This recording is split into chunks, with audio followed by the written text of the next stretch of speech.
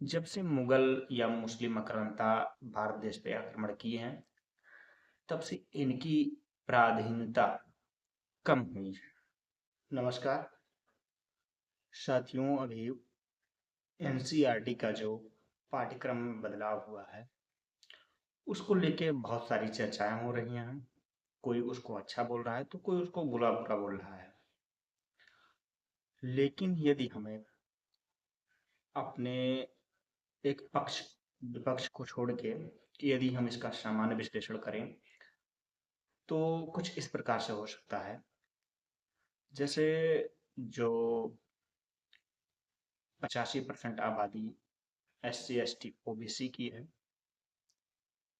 वह जो 15% आबादी उनकी है जो हिंदू धर्म को मानते हैं, उनके प्रपक्ष से देखा जाए, अगर हिंदुओं के प्रपक्ष से देखा जाए जो अपर कास्ट के हैं, जिनको वर्ण व्यवस्था में सबसे ऊपर रखा गया है, अगर उनके दृष्टिकोण से देखा जाए तो जो मुगल काल है, जो मुस्लिम काल है, वह आक्रांताओं का काल है।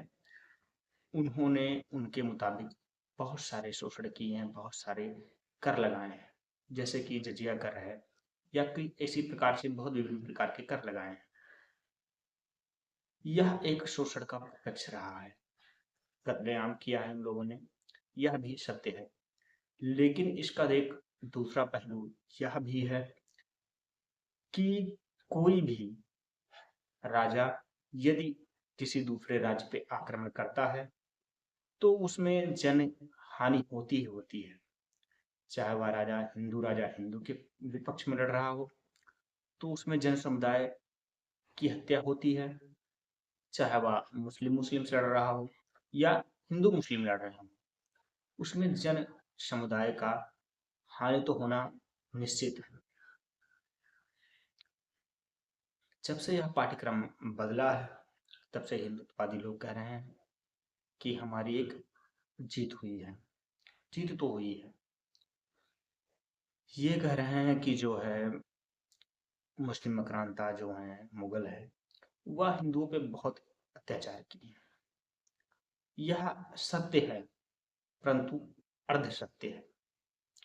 पूर्ण सत्य यह है कि जो पिछड़ा दलित आदिवासी या हम सामान्य तौर पर कहें शूद्र या अमर्द लोग जिनका कोई वर्ण नहीं है और शूद्र, जब से मुगल या मुस्लिम आक्रांता भारत देश पे आक्रमण किए हैं, तब से इनकी पराधीनता कम हुई है। पहले जितना अत्याचार इन पे होता था, उतना अत्याचार मुस्लिम आक्रांता के आने के बाद नहीं हुआ है। जैसे किसी को पहले पानी नहीं पीने दिया जाता था, खाना नहीं खाने दिया जाता था, और कई जगह हिंदू किताबों में लिखा हुआ है कि यदि किसी शूद्र के पास धन एकत्र हो जाए तो वह जो अपर क्लास के लोग हैं उनके दुख का कारण बनता है। इसलिए राजा को जल्द से जल्द उसके धन को छीन के उसे धनहीन कर देना चाहिए। ऐसा हिंदू धर्म ग्रंथों के कई स्मृतियों में लिखा हुआ है। इस हिसाब से देखा जाए तो संपूर्ण हिंदुओं को पर अत्याचार नहीं हुआ है, उन पर अत्याचार हुआ है जो अपर लेवल पे हैं, जो निचले तबके के लोग हैं, शूद्र हैं और अवर्ण हैं, उन पे अत्याचार कम हुआ है। ये पूर्ण सत्य है। मुगल, मुस्लिम या अंग्रेज आए, इन लोगों ने भारत की संपत्ति को लूटा, इससे कोई इनकार कर नहीं सकता है।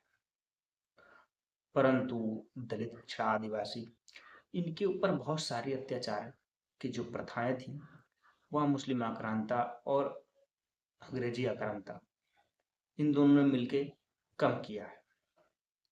इस हिसाब से यह मामला केवल अर्ध सत्य है कि मुस्लिम आक्रांताओं ने समस्त हिंदुओं पर अत्याचार किया। बाकी आपकी क्या राय है?